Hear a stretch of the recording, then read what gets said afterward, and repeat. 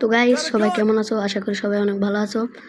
আজকে আমরা নেমেছি মিলে এখানে আমরা এখান থেকে উডপেকার পেয়েছি।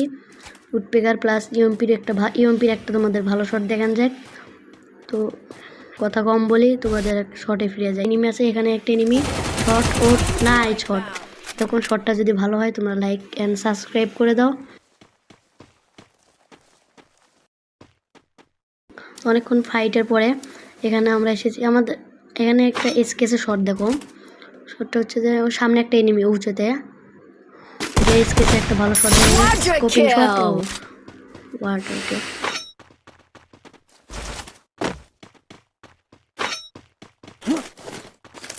এই ঘরের ভেতরে একটা এনিমি আছে, চলো দেখি এদেরকে মারা যায় নাকি।